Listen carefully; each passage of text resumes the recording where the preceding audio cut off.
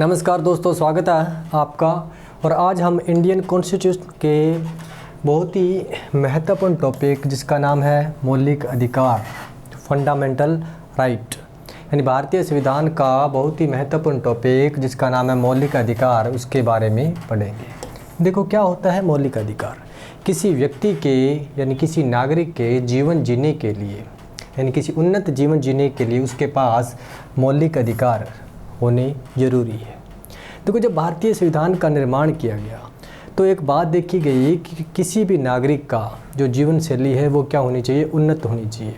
तो उन्नत जीवन शैली जीने के लिए उनमें मौलिक अधिकारों को जोड़ा गया। देखो मौलिक ऐसे अधिकार जो नागरिक को किस प्रकार से उन्नत बनाने का प्रयास करते हैं। देखो किस प्रकार से। फर्स्ट मैं बताता हूँ कि समानता। अगर किसी व्यक्ति को या किसी नागरिक को समानता, जिस परिवेश में वह रह रहा है, चाहे वो अपने समाज के अंदर कहीं भी जिस क्षेत्र में रह रहा है, तो उसके साथ अगर समान व्यवहार किया जा रहा है, उसके साथ किसी भी लिंग, जाति, धर्म या स्थान के नाम पर किसी भी प्रकार का कोई भेदभाव नहीं किया जा रहा है, तो वो क्या एक उन्नत श्रेणी के अंदर उसको माना जाता है। यानी किसी व्यक्ति के जीवन परिवेश के अंदर अगर समानता का उसके अंदर है तो एक मौलिक अधिकार के अंदर उसको अपने काउंट करेंगे। देखो दूसरी बात मैं मानता हूँ क्या, स्वतंत्रता। देखो स्वतंत्रता का मतलब ये है कि अगर एक व्यक्ति को बोलने का अधिकार है और दूसरे व्यक्ति को बोलने का अधिकार नहीं है, तो कहने का मतलब ये हुआ कि दूसरे व्यक्ति की जो स्वतंत्रता है वो नहीं है फिर। यानी हर एक नागरिक को, हर एक व्यक्ति को जो अपने परिवेश में रह रहा है, उसको बोलने का, कहीं भी जाने का, ठीक है, पूरी उसकी स्वतंत्रता होनी चाहिए। ठीक है। और तीसरा मेरे पास फैक्ट आता है क्या, शोषण। क्या, शोषण। अगर किसी व्यक्ति का यानी किसी नागरिक का क्या है, अगर शोषण हो रहा है तो क्या उसका जीवन उन्नत होगा? बिल्कुल नहीं होगा। उन्नत जीवन शैली के लिए उसका शोषण नहीं होना चाहिए। ठीक है। अगर कोई एक नागरिक दूसरे नागरिक का शोषण कर रहा है तो कहीं ना कहीं उसके जीवन शैली पर बहुत ज़्यादा प्रभाव डाल रहा है। तो यानी उसको किसी भी प्रकार से कोई शोषण नहीं होना चाहिए।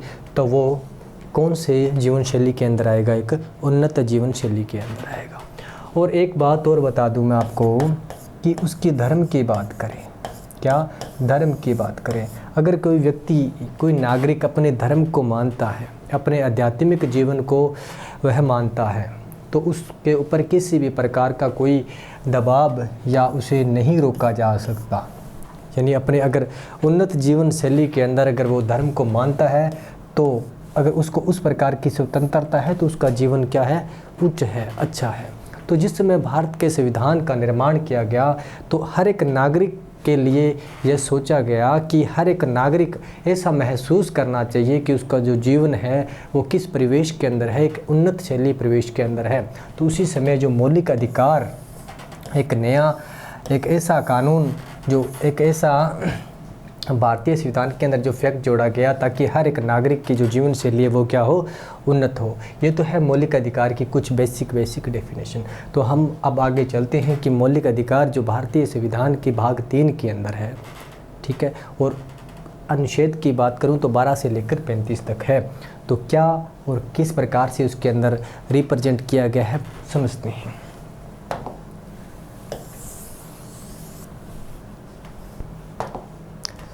चलिए, अगर मौलिक अधिकार की बात करें तो संविधान के कौन से भाग के अंदर है, ये भाग 3।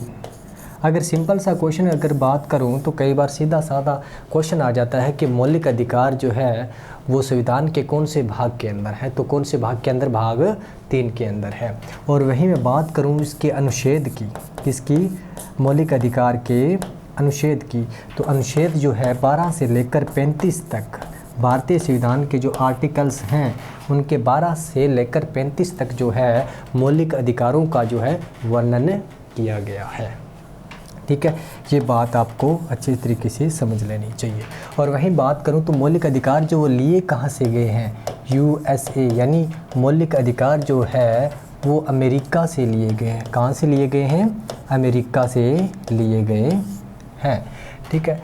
और मौलिक अधिकार को क्या भारत या फिर भारतीय संविधान का क्या कहा जाता है?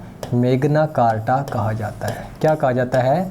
मैग्ना कार्टा कहा जाता है। देखो क्यों कहा जाता है, विशेष तौर से मैं आपको बता दूं कि मैग्ना कार्टा का मतलब जो है ये है कि एक फ्रीडम, बहुत ही मोस्ट फ्रीडम की बात करी जाए तो पावरफुल फ्रीडम की बात करी जाए तो एक ऐसा फ्रीडम चार्टर आया था, उसे ही मैग्ना कार्टा कहा गया। यानी कि मैं ये बात है 15 जून 1215 की, जब ब्रिटिश कहाँ पे, ब्रिटिश गवर्नमेंट यानी ब्रिटिश में एक राजा हुआ करता था। कौन राजा? जिसका नाम था किंग जॉन। क्या? King John. ठीक है। किंग जॉन के ऊपर प्रेशर देकर, क्या दबाव देकर वहाँ के जो सामंतों हैं, वहाँ के जो सामंत थे, उन्होंने एक एक्ट यानी चार्टर एक्ट पास करवाया जिसे बोलते हैं मैग्ना कार्टा। और मैग्ना कार्टा के अंदर वहाँ की जनता के लिए, वहाँ के लोगों के लिए बहुत ही आज़ादी यानी एक फ्रीडम वाला जो चार्टर जो है मतलब दिया गया। यानी जिस प्रकार से अपने मौलिक अधिकारों में पढ़ेंगे वो सेम की सेम बात जो है इस मैग्ना कार्टा के अंदर थी। और कहीं ना कहीं हम बात ये भी मान सकते हैं कि जो पहला नागरिकों के लिए जो फ्रीडम दी गई, जो आज़ादी दी गई, तो वो कहाँ से? मैग्ना कार्टा के अंदर आप इसको मान सकते हैं। तभी तो इसको बोला जाता है कि भारतीय मौलिक अधिकार को क्या बोला जाता है? मैग्ना कार्टा बोला जाता है। और क्यों बोला जाता है? क्योंकि मैग्ना कार्टा ही एक ऐसा एक्ट था, एक ऐसा चार्टर था जिसने नागरिकों यानी व्यक्तियों के लिए आज़ादी का जो है वो पत्र, वो एक प्रकार का जो जारी किया था। ठीक है। उसी के बीच मैं आपको बता दूं कि जी भारतीय मौलिक जो अधिकार है, भारतीय संविधान के अंदर 7 प्रकार के मौलिक अधिकार थे और अब कितने रह चुके हैं? 6। और एक मौलिक अधिकार, क्या? एक मौलिक अधिकार, एक मिनट चलते हैं। देखो मौलिक अधिकार की मैं बात करूं, मौलिक अधिकार की अगर मैं बात करूं, फंडामेंटल्स राइट्स की अगर बात करें तो कितने हैं भारतीय संविधान के अंदर? पहले 7 थे और अब कितने रह चुके हैं? अब 6 रह चुके हैं। एक जो राइट्स है जिसे बोलते हैं क्या? संपत्ति का अधिकार। क्या? संपत्ति का अधिकार, जिसे क्या है? हटा दिया गया। और इसे हटाकर कहाँ रख दिया गया? जैसे ये मौलिक अधिकार जो है भारतीय संविधान के भाग 3 और 12 से लेकर 35 अनुच्छेद के अंदर है। तो ये संपत्ति का अधिकार जो है वो भाग 12, भाग कितना? 12 और आर्टिकल भाग 12 के 300 के अंदर कौन सा कानूनी अधिकार, कौन सा कानूनी अधिकार के तहत जोड़ दिया गया? कौन सा? कानूनी अधिकार के तहत जोड़ दिया गया।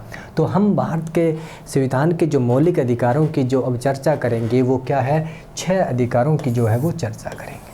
ठीक है। जैसा कि मैं आप लोगों को बता चुका हूँ कि जिस प्रकार से मैंने मौलिक अधिकारों की जो परिभाषा दी थी, बेसिक जो डेफिनेशन मैंने आप लोगों को बताई थी, वो ही यहाँ पे 6 टाइप बनकर आएंगे। देखो मैंने आप लोगों को पहला ये बताया था कि किसी व्यक्ति को या किसी नागरिक को अगर समानता के साथ उसके साथ व्यवहार किया जाता है, दूसरा उसको हर प्रवेश के अंदर स्वतंत्रता दी जाती है, और तीसरा उसका किसी भी प्रकार का क्या है? शोषण नहीं होना चाहिए, और चौथा अगर वो किसी धर्म को मानता है और अपने धर्म के प्रति आध्यात्मिक है तो उसके ऊपर किसी भी प्रकार का कोई दबाव नहीं डाला जाएगा, वह अपने धर्म को मान सकता है।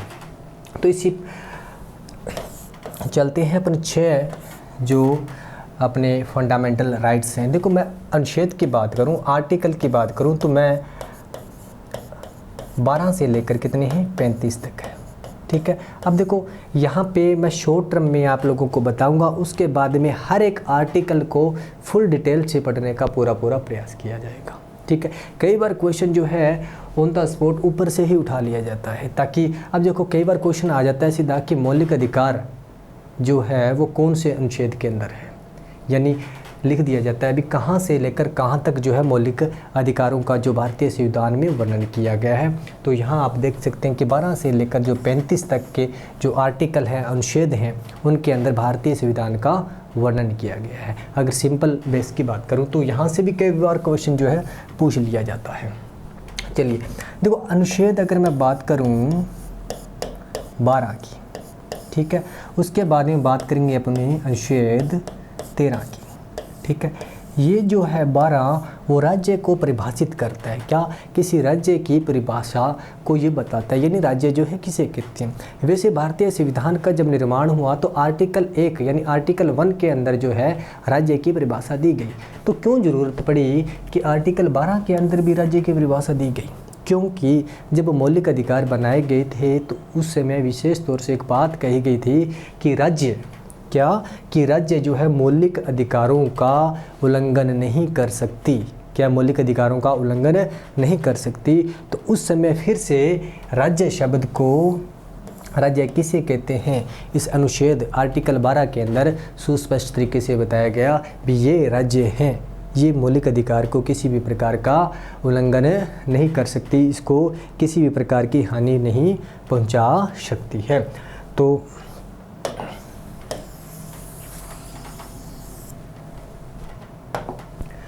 चलिए देखो आर्टिकल 13, चलिए देखो अनुच्छेद जो है 13 क्या कहता है। देखो अनुच्छेद जो 12 है वो सिर्फ और सिर्फ राज्य की परिभाषा बताती है, और अनुच्छेद 13 जो ये कहता है कि कोई भी राज्य के अंदर, जो मैं आपको बताऊंगा भी राज्य किसको कहते हैं, जो आर्टिकल 12 के अंदर जो परिभाषित है, ठीक है। तो आगे ये बोलता है कि जो 13 ये बताता है कि अगर राज्य किसी मौलिक अधिकार को क्या करता है, निम्नीकरण करने का प्रयास करता है, क्या करता है, उसका निम्नीकरण, या फिर अपने बोलते हैं उसको क्या, अल्पीकरण करने का प्रयास करता है, तो वह जो स्थिति होगी उसे क्या माना जाएगा, वह स्थिति जो है उसे शून्य माना जाएगा, उसे क्या माना जाएगा, शून्य माना जाएगा। यानी वो राज्य है वो इस मौलिक अधिकार का निम्नीकरण या अल्पीकरण नहीं कर सकता विशेष स्थिति को छोड़कर, क्या, विशेष स्थिति को छोड़कर, ठीक है। अब देखो अनुच्छेद 12 के अंदर अपने पढ़ते हैं क्या, कि अनुच्छेद जो 12 है वो क्या बताता है, राज्य को परिभाषित करता है, क्या करता है, राज्य को परिभाषित करता है, परिभाषित करता है। अब देखो ये क्वेश्चन भी आया हुआ है कि जब अनुच्छेद या आर्टिकल 1 के अंदर राज्य को परिभाषित किया गया तो एक कौन सा दूसरा आर्टिकल है जिसके अंदर राज्य को फिर से परिभाषित किया गया, तो उस आर्टिकल का नाम जो है वो है आर्टिकल नंबर 12, अनुच्छेद नंबर 12। देखो अनुच्छेद नंबर 12 के अंदर राज्य किस प्रकार से परिभाषित होता है वो मैं बताता हूँ। देखो अनुच्छेद 12, अब बात करते हैं राज्य, क्या है राज्य, किसे कहते हैं राज्य। देखो फर्स्ट जो बात ये लिख के आती है सामने कि क्या, संघीय सरकार, क्या, संघीय सरकार, और दूसरा क्या, कार्यपालिका, और प्लस क्या, संसद, क्या, संसद, यानी ये राज्य है, ये क्या क्या कहलाएंगे, राज्य। और उसी प्रकार से ये तो हो जाता है अपना सेंटर लेवल का, ठीक है। उसके बाद में अगर मैं बात करूं क्या, राज्य कार्यपालिका,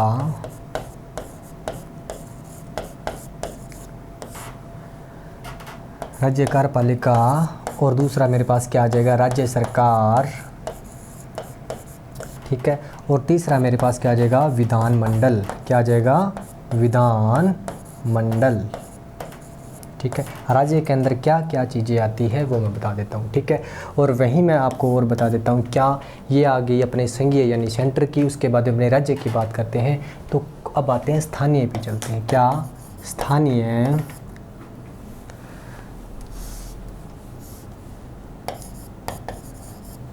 स्थानीय सरकार, ठीक है। और क्या आ जाएगी, नगर पालिकाएं, ठीक है। और मेरे पास क्या आ जाएगी, पंचायत आ जाएगी, ठीक है। और मेरे पास क्या आ जाएगा, जिला परिषद आ जाएगा, ठीक है। ये सब किस में है, ये राज्य, इनको राज्य बोलते हैं, ये सब राज्य के अंग हैं, ठीक है। और यहाँ पे एक विशेष बात ये भी नोट करने वाली है, ये राज्य हैं और राज्य के साथ साथ इन्होंने ये बताया कि कोई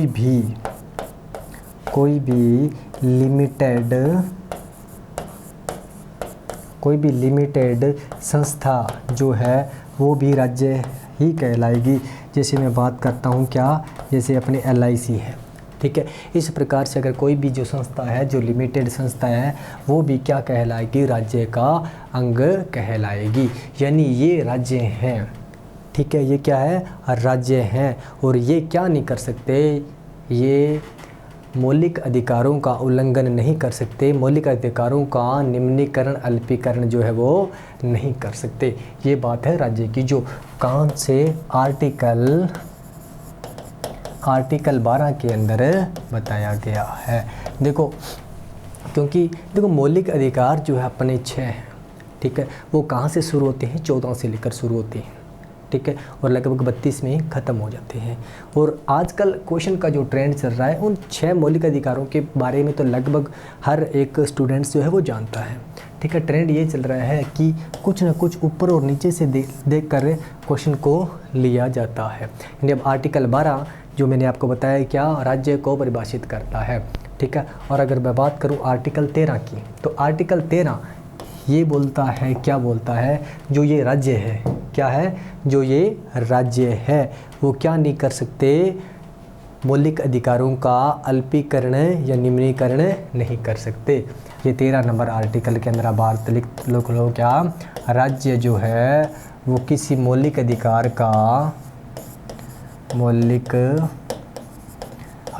का अल्पीकरण नहीं कर सकते। क्या विशेष स्थिति को छोड़कर, क्या विशेष स्थिति की बात करूं तो कई बार क्या है, सैन्य कानून, जैसे मान लो कोई आपदा या फिर मान लो भारत के अंदर ऐसी स्थिति उत्पन्न हो जाए, क्या है, आपात आ जाए, ठीक है, वित्तीय आपात आ जाए, राष्ट्रपति शासन लग जाए, कुछ इस प्रकार की कंडीशन आ जाए, तो वो संसद पर डिपेंड करता है वो क्या करेगी। और निम्न स्थितियों के अंदर वो इसका क्या अल्पीकरण जो है वो नहीं कर सकती, ठीक है। तो यहाँ से आर्टिकल नंबर 12 और आर्टिकल नंबर 13, अनुच्छेद नंबर 12 और 13 का आपको अच्छे से पता चल गया होगा। अब चलते अपने आगे। देखो मैंने बोला था कि फंडामेंटल राइट्स जो है वो कितने हैं, पहले जो थे वो 7 थे और अब कितने हैं, 6 हैं। वो मैं बता देता हूँ आपको किस प्रकार से याद रखना है। देखो पहला मैं याद बताता हूँ, देखो हमेशा क्या है, समानता। देखो इस समानता का राइट्स, ठीक है। तो अगर आप बात करोगे शॉर्ट ट्रिक की भी, अपनी कुछ शॉर्ट ट्रिक के जरिए इसको पढ़ें तो कभी मत पढ़ना, क्योंकि शॉर्ट ट्रिक आपको 2 टाइम के लिए, 2 मिनट के लिए वो याद रह सकती है चीज़, मगर लंबे टाइम। और दूसरी बात ये कि अगर कोई एनालिटिक क्वेश्चन आता है तो उसको आप कभी भी नहीं कर पाओगे। देखो ये तो बेसिक कॉन्सेप्ट है, इसको तो आपको याद करना ही पड़ेगा। समानता के बाद मेरे पास बाद में आता है स्वतंत्रता का अधिकार। क्या, स्वतंत्रता का राइट्स आता है। तीसरा मेरे पास क्या आता है, शोषण, शोषण के विरुद्ध राइट्स, ठीक है, शोषण के विरुद्ध राइट्स।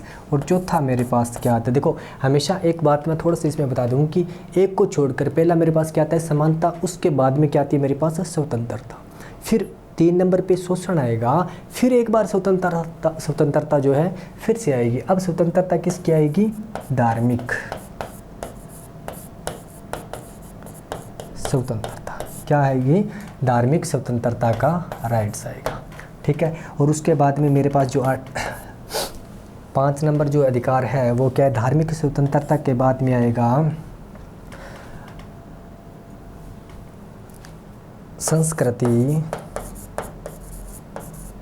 संस्कृति एवं शिक्षा का अधिकार, संस्कृति एवं शिक्षा का अधिकार, ठीक है।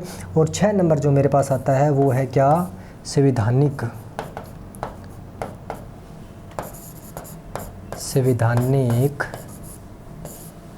उपचारों का अधिकार। चलिए देखो, कई बार ऊपर से क्वेश्चन पूछ लिया जाता है तो आपका क्वेश्चन यहीं से ही हैंडल हो जाएगा। देखो अगर मैं बात करूँ समानता की, तो समानता का जो आर्टिकल है वो 14 से लेकर कहाँ है, 18 है, ठीक है। 14 से लेकर 18 है। टोटल कितने अनुच्छेद में ये है, समानता का जो राइट है जिनका वर्णन मिलता है वो टोटल 5 अनुच्छेद है, ठीक है, जिनके अंदर समानता का अधिकार का जो राइट्स हैं उनका जो है वर्णन मिलता है। नेक्स्ट मैं बात करूँ स्वतंत्रता, तो इसके अंदर आएगा मेरे पास 19 से लेकर 22 तक। टोटल कितने आर्टिकल हो जाते हैं इसके अंदर, समानता के अंदर 5 आर्टिकल होते हैं और वहीं स्वतंत्रता के अंदर 4 आर्टिकल्स होते हैं। और वहीं शोषण के विरुद्ध के अंदर 23 और 24 2 ही आर्टिकल होते हैं, ठीक है। और वहीं मैं बात करूं धार्मिक स्वतंत्रता की, तो इसके अंदर 25 से लेकर 28 तक 4 आर्टिकल होते हैं, ठीक है। और उसके बाद में अगर बात करूं संस्कृति एवं शिक्षा की, तो ये 29 और 30 है, 29 और 30 है। और यहाँ पे एक आर्टिकल मिस होता है, और देखो संवैधानिक उपचारों का है वो क्या, आर्टिकल नंबर 32, ठीक है। मैंने आपको बताया था कि एक अधिकार, एक जो राइट्स जो है अपना है वो क्या, संपत्ति का अधिकार जो है, ठीक है, उसे हटा दिया गया। कब, देखो यहाँ पे एक मैं लिख देता हूँ, जो संपत्ति का जो राइट्स था, ठीक है, संपत्ति का जो अधिकार था वो कब, 1978 में 44वां संविधान संशोधन हुआ था, ठीक है। कब 44वां संविधान संशोधन हुआ था, तो उसके अंदर इस संपत्ति के अधिकार को हटा दिया गया। जो कहाँ था, इसका जो आर्टिकल था वो क्या था, आर्टिकल नंबर, देखो यहाँ आप देख सकते हैं क्या, 14 से लेकर 18, फिर 19 से 22, 23 से 24, 25 से 28, 29 से 30 और डायरेक्ट 32 चल रहा है। तो आपको अंदाज़ा लग गया होगा कि एक आर्टिकल मिस है, वो कौन सा, 31, यानी आर्टिकल 31 जो था, जिसके अंदर क्या था, संपत्ति का अधिकार था, जिसे हटा दिया गया। जिसे हटाकर कब हटा दिया गया अगर ये पूछे, तो 44वां संविधान संशोधन होता है 1978 के अंदर, तो उस समय जो संपत्ति के अधिकार को हटा दिया जाता है और इसको क्या है, कानूनी अधिकार बना दिया जाता है। क्या बना दिया जाता है, कानूनी राइट्स जो है बना दिया जाता है। और कहाँ इसको वापस पुट कर दिया जाता है, इसे भाग 12 के आर्टिकल नंबर 300 के अंदर इसको जोड़ दिया जाता है, संपत्ति का अधिकार बनाकर। देखो अगर मैं बात करूं फिर से मौलिक अधिकारों की, तो अब अपने इसका एक मतलब ऊपर बेसिक से जो भी बातें हैं वो अपने लगभग कर चुके हैं। तो कई बार बेसिक से भी क्वेश्चन पूछ लिया जाता है। मान लो क्वेश्चन आ जाता है क्या, कि निम्न में से शोषण के विरुद्ध अधिकार का आर्टिकल कौन सा है। मान लो आपको 14, 19, 23 और 25 ऑप्शन में दे दिया जाता है, तो आपको डायरेक्टली अगर याद हो कि शोषण के विरुद्ध अधिकार तो सिर्फ 2 ही है, आर्टिकल नंबर 23 और आर्टिकल नंबर 24। तो यहाँ से आप इसको अच्छे से कर सकते हो कि आर्टिकल नंबर 23 जो है वो शोषण के विरुद्ध अधिकार है। मान लो इसका आपको इतना सा गैप एरिया पता हो भी, ये शोषण का है, ये समानता का है, ये धार्मिक स्वतंत्रता का है या कुछ भी है, तो आप इसका बेसिक रफ आइडिया बनाकर क्वेश्चन को आसानी से कर सकते हैं, ठीक है। देखो मैं वापस से फिर से इसको रिपीट कर रहा हूँ ताकि आपको ये अच्छे से याद हो जाए। देखो आर्टिकल की अगर मैं बात करूँ तो मौलिक अधिकार के अंदर टोटल जो आर्टिकल है मेरे पास 12 से लेकर 35 तक है, 12 से लेकर 35 तक है। और अगर भाग की बात करूँ तो भाग 3 के अंदर फंडामेंटल्स राइट्स हैं, ठीक है। और दूसरी बात अगर बात करें तो भाग 12 और भाग 13 अनुच्छेद 12 और अनुच्छेद जो 13 है, 12 जो है वो राज्य को परिभाषित करता है, राज्य किसे बोलते हैं मैंने आप लोग को बता दिया। और 13 ये बात नोट करता है, ये बात कहता है कि कोई भी राज्य है वो मौलिक अधिकारों का क्या है, अल्पीकरण नहीं कर सकता, ठीक है। उसके बाद में आता है आर्टिकल नंबर 14, ठीक है। और इधर से शुरू होता है अपना मौलिक अधिकार नंबर 1, जिसे बोलते हैं अपने समानता का अधिकार, ठीक है। तो समानता का अधिकार जो है वो 14 से लेकर 18 तक होता है। आर्टिकल नंबर 14 से लेकर 18 तक जो मौलिक अधिकार, 1 नंबर जो है समानता का अधिकार 14 से 18। नंबर 2 स्वतंत्रता, स्वतंत्रता का अधिकार कहाँ से चलेगा, अब 18 तक तो वो कंप्लीट हो जाता है, यानी 19 से लेकर जो है 22 तक कौन चलेगा, स्वतंत्रता चलेगा। स्वतंत्रता के बाद अगर मैं बात करूँ शोषण के विरुद्ध अधिकार, तीसरा जो मेरे पास आता है क्या, शोषण के विरुद्ध अधिकार। इसके अंदर सिर्फ और सिर्फ 2 ही आर्टिकल्स होते हैं, कौन से, आर्टिकल नंबर 23, आर्टिकल नंबर 24, ठीक है। उसके बाद में फिर से मेरे पास स्वतंत्रता आती है, कौन सी, धार्मिक स्वतंत्रता का अधिकार। तो धार्मिक स्वतंत्रता के अंदर आर्टिकल की बात करें तो 25, 26, 27 और 28 4 आर्टिकल आते हैं। 28 तक जो है धार्मिक स्वतंत्रता के अधिकार के जो है आर्टिकल्स आते हैं। उसके बाद में बात करें तो संस्कृति और शिक्षा का अधिकार आता है। संस्कृति और शिक्षा के अंदर सिर्फ 2 ही आर्टिकल्स आते हैं, कौन से, आर्टिकल नंबर 29 और आर्टिकल नंबर 30। और उसके बाद में लास्ट अपना जो मौलिक अधिकार आता है वो है संवैधानिक उपचारों का अधिकार, जो है आर्टिकल नंबर 32। अब आप कहेंगे सर 31 कहाँ गया, तो 31 मैंने आपको बताया था कि 31 जो है आर्टिकल संपत्ति के अधिकार के अकॉर्डिंग था, जिसे क्या कर दिया, हटा दिया गया। तो इसकी बेसिक स्ट्रक्चर है, बेसिक बातें हैं, इतना सा तो आपको याद होना चाहिए। अब हम 1 बाय 1 एक आर्टिकल को उठाएंगे और उसका अच्छे से एनालिसिस करेंगे, ठीक है। चलिए देखो, पहला मेरा जो है अधिकार जो है क्या, समानता का अधिकार। क्या है, समानता का अधिकार, ठीक है। अब देखो समानता का अधिकार जो है 14 से लेकर 18 तक है, 14 से लेकर 18 तक है। अब देखो यहाँ पे आप लिखो 14, फिर 15, 16, 17, 18। अब इन सभी बातों को ध्यान से सुनना और यहीं पर आपका जो है फंडामेंटल राइट्स जो है वो कंप्लीट होती हैं। अगर समानता की बात करूं तो व्यक्ति को सबसे पहले किसके समक्ष समानता की ज़रूरत पड़ती है, अगर उसे कानून के समक्ष अगर वो उसके साथ समानता का व्यवहार किया जा रहा है तो सबसे पहले यही कंडीशन लागू होती है, क्या, कानून के समक्ष, कहाँ, कानून के समक्ष समानता, ठीक है। और दूसरा संरक्षण, ठीक है। यहाँ पे 2 बातें लिख लेना, क्या, कि कानून के समक्ष समानता और दूसरा क्या, संरक्षण। अब देखो अगर क्वेश्चन की डीप की बात करूँ भी, डीप क्वेश्चन जो कहाँ से पूछा जाता है, देखो इस लाइन से क्वेश्चन आया हुआ है और बहुत बार आया हुआ है कि कानून के समक्ष, कानून, यहाँ पर इस कानून को विधि भी बोल सकते हैं। देखो विधि भी तो कानून ही होता है, ठीक है। ये क्वेश्चन था कि विधि के समक्ष समानता, जो वाक्य है, जो शब्द है, वो कहाँ से लिया गया है, ठीक है। विधि के समक्ष समानता है, जो शब्द है, जो वाक्य है, वो कहाँ से लिया गया है, तो मैं बता देता हूँ। विधि के पक्ष अगर समानता तक की बात आती है तो ये कहाँ से लिया गया है, ब्रिटिश गवर्नमेंट से लिया गया है। कहाँ से, ब्रिटिश गवर्नमेंट से लिया गया है, ठीक है। और वहीं अगर आ जाए कानून के समक्ष संरक्षण की बात आ जाए, तो संरक्षण की बात आ जाए तो ये कहाँ से लिया गया है, USA से लिया गया है। देखो डीप क्वेश्चन की बात करें तो कहीं से भी पूछ सकता है, ठीक है। अगर इसका आप लोगों को तो अंदाज़ा भी नहीं होगा कि इस प्रकार का भी क्वेश्चन जो है पूछा जा सकता है कि कानून या विधि के समक्ष समानता है, जो शब्द है वो कहाँ से लिया गया है, ठीक है। तो यानी आर्टिकल नंबर मेरा 14 क्या कहता है भी, किसी भी व्यक्ति को उसको कानून के प्रति क्या होना चाहिए, समानता और संरक्षण का राइट्स जो है वो देता है कौन, आर्टिकल नंबर 14, ठीक है। अब देखो, अब वो कानून के प्रति तो समान हो जाता है, ठीक है।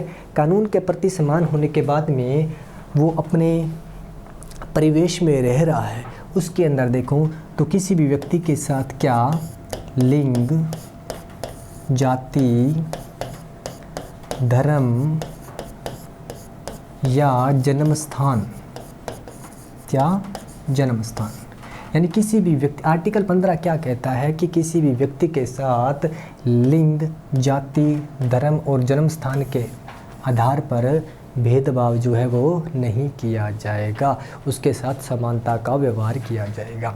देखो यहाँ आर्टिकल नंबर 14 के अंदर भी एक अपवाद है, मैं आप लोगों को बता दूँ कि क्या अपवाद है। यहाँ पे लिखा है नहीं, कानून के समक्ष समानता और संरक्षण।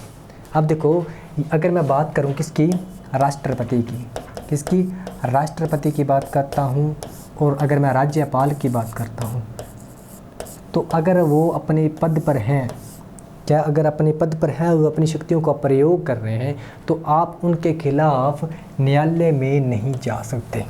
क्या आप उनके खिलाफ न्यायालय में नहीं जा सकते। हालांकि है तो वो भारत के नागरिक ही, क्योंकि ये सबके लिए अवेलेबल है, तो मगर ये एक क्या है, अपवाद है। देखो आर्टिकल 15 में फिर से अपवाद, आप देखो, लिंग, जाति, धर्म और जन्म स्थान के आधार पर भेदभाव नहीं किया जाएगा। अब देखो, जाति की बात करें और धर्म की बात करें, जन्म स्थान की बात करें, अगर भेदभाव की बात कर रहा हूँ, देखो जन्म स्थान की मान लो एक ऐसा एरिया है जो क्या है, विकसित एरिया है, ठीक है, और एक भारत बहुत बड़ा देश है, इसके अंदर बहुत सारे ऐसे क्षेत्र हैं जो बहुत ही ज़्यादा गरीब हैं, और बहुत कुछ ऐसे क्षेत्र हैं जो बहुत ज़्यादा डेवलप कंट्री मतलब डेवलप जो एरियाज हैं, ठीक है। तो अब उनके साथ अलग अलग, मान लो एक जो विकसित क्षेत्र नहीं है, तो उसको ज़रूरत है कि वो विकसित हो, तो कहीं ना कहीं गवर्नमेंट ये करेगी कि उसको ज़्यादा इम्प्रूवमेंट करेगी और उसको ज़्यादा रेफरेंस देते हुए, ताकि वो जो क्षेत्र है वो क्या जल्दी से उनके बराबर हो, कुछ ग्रो करे। तो अगर इस प्रकार के आपको देखने को मिलते हैं, देखो जाति की बात करूं, ठीक है, फिर वही बात आ जाती है कि SC ST OBC जनरल, यहाँ पे आरक्षण की बात आ जाती है। देखो आरक्षण की बात क्यों आ जाती है, क्योंकि अभी तक कुछ एक जातियाँ हैं, कुछ एक मतलब निम्न वर्ग हैं, वो अभी तक बहुत ही कमज़ोर स्थिति में है, उनको मतलब विकसित होने के लिए भी टाइम लगेगा, तभी तो उनको जो क्या है आरक्षण का जो बात है वो कही गई। कहीं ना कहीं यहाँ पे आपको असमानता तो नज़र आ रही है, मगर भारत के समुचित विकास के लिए ये क्या है, जरूरी भी है। यानी मेरा आर्टिकल 15 जो है वो क्या कहता है कि किसी व्यक्ति के साथ लिंग, जाति, धर्म और जन्म स्थान के भाव पर उसके साथ किसी भी प्रकार का भेदभाव नहीं किया जाएगा। और आर्टिकल नंबर 16 मेरे को क्या कहता है, आर्टिकल नंबर 16 ये कहता है कि नियोजन या फिर नियोजित अफसर की समानता, यानी अगर कोई भी सरकार कोई भी नियोजन जारी करती है, किसी भी प्रकार का अगर वो रोज़गार देती है, किसी भी प्रकार की कोई वैकेंसी अनाउंस करती है, तो उसके अवसर की हर एक व्यक्ति को समानता का व्यवहार रखा जाएगा, किसी पार्टिकुलर विशेष को। मगर ये आर्टिकल 16 ये कहता है, मगर विशेष स्थितियां लगाकर उसके अंदर अगर कोई बदलाव किया जाता है तो वो भारत के विकास के लिए, हर एक व्यक्ति के विकास के लिए उसको किया जाता है। मगर आर्टिकल 16 ये कहता है क्या, नियोजित अवसर की समानता जो है वो क्या है, हर एक व्यक्ति को मिलनी चाहिए, जो आर्टिकल नंबर 16 ये कहता है। देखो आर्टिकल नंबर 14 जो है वो क्या, कानून के प्रति समानता की बात करता है। आर्टिकल नंबर 15 जो है वो किसी भी व्यक्ति के धर्म, जाति, लिंग या जन्म स्थान के साथ भेदभाव नहीं किया जाए, इसकी बात करता है। और वहीं बात करूँ आर्टिकल नंबर जो 16 है वो क्या है, अवसर की समानता की बात करता है, ठीक है। और आर्टिकल नंबर जो है 17, अब और आर्टिकल नंबर 18, देखो आर्टिकल नंबर 17 जो कहता है क्या, अस्पृश्यता का अंत, यानी जिसे बोल सकते हैं अपने छुआछूत का अंत। देखो ये क्वेश्चन तो बहुत बार परीक्षा में पूछा गया कि अस्पृश्यता का अंत, यानी अस्पृश्यता जो है वो कौन से आर्टिकल या कौन से अनुच्छेद के अंतर्गत है। तो अनुच्छेद 15 आर्टिकल नंबर 17 जो ये कहता है कि किसी भी व्यक्ति के साथ छुआछूत या फिर अस्पृश्यता का मतलब स्पृश्यता का जो भेदभाव है वो नहीं किया जाएगा, आर्टिकल नंबर 17 ये कहता है। और आर्टिकल नंबर 18 की बात करें तो उपाधियों का अंत, क्या है, उपाधियों का अंत, यानी किसी भी उपाधियों का अंत। देखो कोई भी व्यक्ति किसी भी देश से यानी विदेश से किसी भी प्रकार की उपाधि बिना परमिशन, बिना गवर्नमेंट के परमिशन से नहीं ले सकते। देखो पुराने ज़माने की अगर बात करते थे तो राजा महाराजा महाधिराज मतलब ऐसी ऐसी उपाधियाँ धारण कर लेता था, मगर अब इस किसी भी प्रकार की उपाधियाँ वो धारण कोई भी व्यक्ति नहीं कर सकता। और यहाँ मैं आपको बता दूँ कि जैसे आपको भारत रत्न, ठीक है, भारत रत्न हो गया, ठीक है, परमवीर चक्र हो गया, ठीक है, इस प्रकार के जो अवार्ड्स मिलते हैं ये क्यों मिलते हैं, इनके लिए ये एक्ट जो है वो काम नहीं करेगा, क्योंकि ये उन व्यक्तियों को मिलती हैं जिन्होंने अपने जीवन का योगदान पूरे भारत देश के समृद्ध में, यानी भारत देश के काम के लिए उन्होंने अपना पूरा जीवन लगाया है। तो उन उपाधियों की बात इसके अंदर नहीं की जाएगी, ठीक है। तो देखो समानता की बात करें तो समानता के अधिकार के अंदर मेरे पास टोटल आर्टिकल्स कितने, 5 आर्टिकल्स अपने काउंट करते हैं, 14, 15, 16, 17 और 18, ठीक है। और इनमें क्या और किस किस की बात है फिर से अपने रिवाइज करते हैं कि आर्टिकल नंबर 14 कानून की प्रति समानता की बात करता है, और आर्टिकल 15 ये कहता है कि किसी व्यक्ति के साथ जाति, धर्म, लिंग या जन्म स्थान के अकॉर्डिंग उसके साथ किसी भी प्रकार का भेदभाव नहीं किया जाएगा, ठीक है। और उसी के बाद आर्टिकल नंबर मेरे पास 16 आता है क्या, नियोजित अवसर की समानता। अगर सरकार किसी भी प्रकार की कोई वैकेंसी या किसी प्रकार की कोई इस चीज़ अनाउंस करती है, जैसे रोज़गार का कोई क्षेत्र अनाउंस करती है, तो कोई किसी भी प्रकार का कोई अवसर हो तो उस अवसर में हर एक नागरिक को समानता का व्यवहार मिलता है, ठीक है। उसके बाद में मेरे पास आर्टिकल नंबर आता है 17। आर्टिकल नंबर 17 क्या कहता है, छुआछूत का अंत या फिर अस्पृश्यता के अंत की बात करता है। और वही बात करते हैं अपने आर्टिकल 18 जो है उपाधियों के अंत की बात करते हैं। तो इसी के साथ अपना जो समानता का अधिकार जो आर्टिकल नंबर 14 से लेकर 18 तक है कंप्लीट होता है। नेक्स्ट अपने आर्टिकल पे चलते हैं स्वतंत्रता का।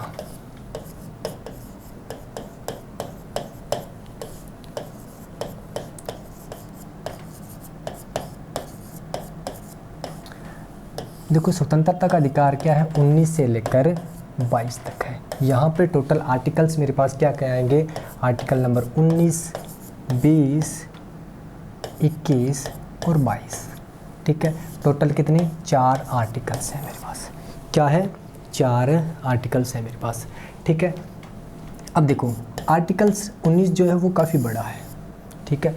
आर्टिकल 19 के अंदर भी 7 प्रकार की स्वतंत्रता है। कितनी, 7 प्रकार की स्वतंत्रता है। देखो क्वेश्चन कई बार डीप से पूछ लिया जाता है, तो आपको हर एक आर्टिकल का विशेष एनालिसिस करना बहुत ही ज़रूरी है। अब मान लो आर्टिकल 19 की मैं बात कर रहा हूँ तो इसके अंदर कितनी, 7 प्रकार की स्वतंत्रता। देखो ए बी यानी 19 एक जो ए, 19B C D E F और जी, ठीक है। यहाँ पे ये 19 जो भी है लिख लेना, ठीक है। अब देखो आर्टिकल 19 क्या कहता है, 19 जो 1 वो ये कहता है कि वाक और अभिव्यक्ति की स्वतंत्रता। क्या, वाक व अभिव्यक्ति की स्वतंत्रता, अभिव्यक्ति की स्वतंत्रता। अब देखो वाक और अभिव्यक्ति क्या होता है, वाक और अभिव्यक्ति। देखो यहाँ से पूरा आर्टिकल ये ज़्यादा डफ नहीं है, 19 आराम से हो जाएगा। जैसे मैं बोल रहा हूँ, ठीक है, बोलना क्या कहलाता है, वाक कहलाता है। और अभिव्यक्ति क्या होता है, लीडरशिप करना, ठीक है। अगर किसी को बोलने का अधिकार है, बोलने की स्वतंत्रता है, तो वो किस में, 19 के ए में आएगी, यानी वाक और अभिव्यक्ति की स्वतंत्रता के अंदर आएगी। यानी पहला मेरा जो स्वतंत्रता का अधिकार जो ये कहता है 19 ए कि कोई भी व्यक्ति को उसके वाक यानी उसको बोलने का पूरा अधिकार है, अभिव्यक्ति यानी किसी समूह की लीडरशिप करने का भी उसको पूरा अधिकार है। अब देखो इस वाक और अभिव्यक्ति की स्वतंत्रता के अंदर क्या आता है, अगर जैसे प्रेस की स्वतंत्रता, ये क्वेश्चन आया हुआ है कि प्रेस की जो स्वतंत्रता है वो कौन से आर्टिकल के अंतर्गत आती है, तो प्रेस की स्वतंत्रता जो है, क्योंकि बोलने का राइट्स आपको पता है प्रेस में ही होता है। प्रेस का मतलब तो आप सभी समझते हो, ठीक है। प्रेस की स्वतंत्रता, प्रेस यानी न्यूज़ रिपोर्टर जो होते हैं ना, उनकी बात हो रही है, ठीक है। अब देखो कोई व्यक्ति क्या करेगा, सबसे पहले क्या करेगा, बोलेगा वो। अब देखो कुछ इसको आसानी से समझने की प्रयास करेंगे। क्या करेगा, वो बोलेगा। ठीक है, मान लो उसने बोलना शुरू किया तो उसके बाद में क्या, जनता इकट्ठी होगी तो क्या हो जाएगा, सम्मेलन। क्या हो जाएगा, सम्मेलन। यानी दूसरा आर्टिकल मेरे पास 19B ये कहता है कि किसी भी प्रकार का सम्मेलन करने का अधिकार है। क्या है, किसी भी प्रकार का क्या है, सम्मेलन करने का अधिकार है, जो कब किस में आता है, 19B के अंदर आता है। ठीक है, अगर उसने मान लो सम्मेलन कर लिया, किसी व्यक्ति ने सम्मेलन के बाद में वो सोचेगा चलो ठीक है, अभी मेरे 15 से 20 50 बंदे आ रखे हैं तो कोई ना कोई अपने क्या बना ले, अब संघ बना ले। क्या बना ले, संघ बना ले। तो आर्टिकल नंबर 19C या फिर 19(3) मेरे पास क्या है, संघ बनाने की स्वतंत्रता को बताता है। संघ बनाने की स्वतंत्रता को बताता है। यानी आर्टिकल नंबर 19(1) जो मेरे को क्या बोलता है कि वाक या अभिव्यक्ति की स्वतंत्रता के बारे में बताता है, और जो 2 है वो क्या है, सम्मेलन की स्वतंत्रता के बारे में बताता है, और जो 3 है, अब देखो सम्मेलन बन गया, अब उसने सोचा भी सम्मेलन तो बन चुका है, क्यों ना मैं इसमें से कुछ बंदे छांट कर, जो भी अगर सारे के सारे भी हैं तो मैं क्या बना लूँ, संघ बना लूँ। तो ये क्या है, संघ बनाने की स्वतंत्रता किसी में आ जाएगी, मेरे पास C में आ जाएगी। उसने सोचा चलो ठीक है, संघ बना लिया। अब संघ बना लिया तो कहीं ना कहीं मैं क्या, घूमने चलता हूँ मेरे संघ को लेकर। तो अब क्या है, विचरण की स्वतंत्रता। क्या, विचरण की स्वतंत्रता। ठीक है, ये क्वेश्चन आया हुआ है। क्या, कौन से आर्टिकल के अंदर कोई व्यक्ति एक स्थान से दूसरे स्थान पर जा सकता है, यानी विचरण कर सकता है। कौन सा आर्टिकल या फिर कौन सा अनुच्छेद उसकी रक्षा करता है। तो कौन सा, article number 19D। Article number 19D। अब मान लो वो क्या करेगा, इधर उधर जाएगा। ठीक है, तो जाएगा तो उसने सोचा चलो मैं ठीक है दूसरे स्थान पर चला गया। चाहे दूसरे स्थान पर चला गया, क्यों ना मैं यहाँ निवास कर लूँ, क्यों ना यहाँ मैं क्या कर लूँ, निवास कर लूँ। यानी दूसरे स्थान पर क्या है, निवास करने की स्वतंत्रता। निवास करने की स्वतंत्रता। ठीक है, यानी कोई नागरिक दूसरे क्षेत्र में जाकर अगर वो निवास करना चाहता है तो उसे वो निवास कर सकता है। तो यानी आर्टिकल नंबर 19 का जो A, B, C, D और E पार्ट, मेरे 5 जो है अपनी राइट्स जो है वो कंप्लीट होते हैं। तो बात यहाँ पे F पर आके फिर से टिकती है। ये क्वेश्चन बहुत बार आया हुआ है। ये क्वेश्चन जब मैंने SI का एग्ज़ाम दिया था तो उसके अंदर भी ये आया था। ठीक है, और मैंने उस समय से मुझे पता है, देखो एग्ज़ाम तो मैंने 2 या 3 साल पहले दिया था। ठीक है, मगर तब से मुझे पता है कि उस समय मेरे पास जो मौलिक अधिकार को मैंने बस ऊपर से मैंने पढ़ा था, बस ठीक है ये होता है, ये होता है, ये होता है। मगर उसके बाद मेरे को पता चल गया था ठीक है अभी पॉलिटी के अंदर क्वेश्चन जो है वो कहीं से भी पूछा जा सकता है। देखो F क्या है, 19F, ये क्या है, संपत्ति अर्जन करने का अधिकार।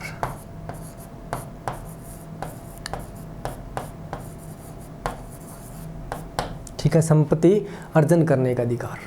ठीक है, तो क्योंकि मैं आप लोगों को बता चुका हूँ ये राइट जो है वो हटा दिया गया कब, 44 में संविधान संशोधन 1978 के अंदर 19F जो है वो क्या हटा दिया गया।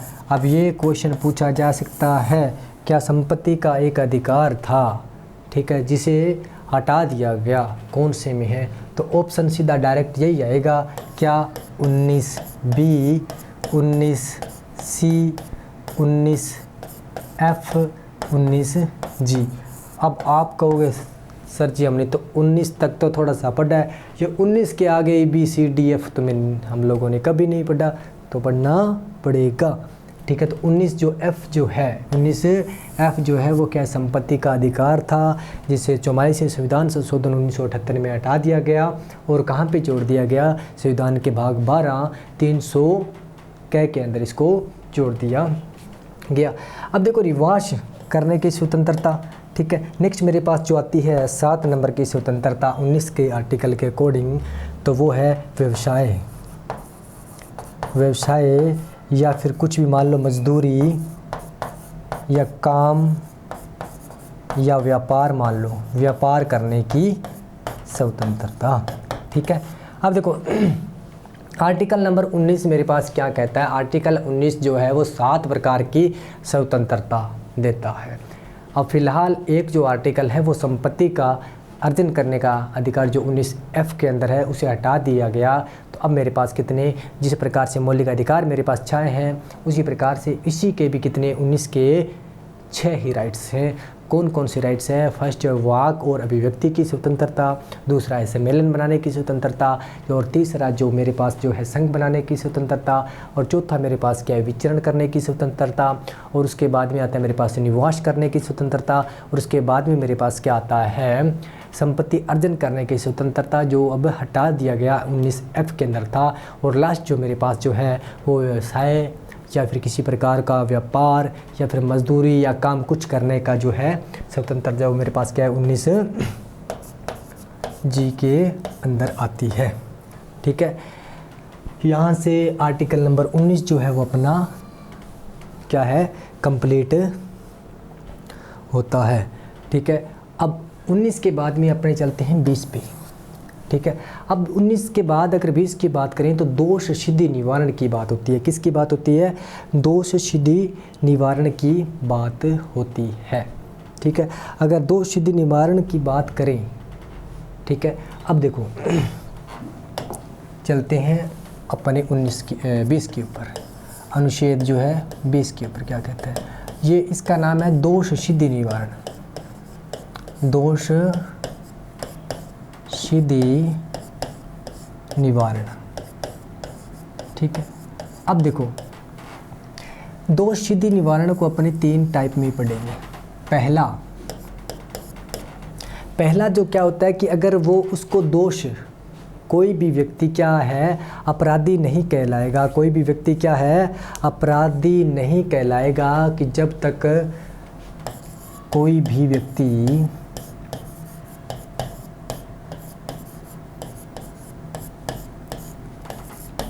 अपराधी नहीं कहलाएगा जब तक उसका अपराध सिद्ध नहीं हो जाता। ठीक है, क्या है? कोई भी व्यक्ति, देखो 19 को अपने 1, 2 और 3 पॉइंट में पढ़ेंगे। ठीक है, यानी कोई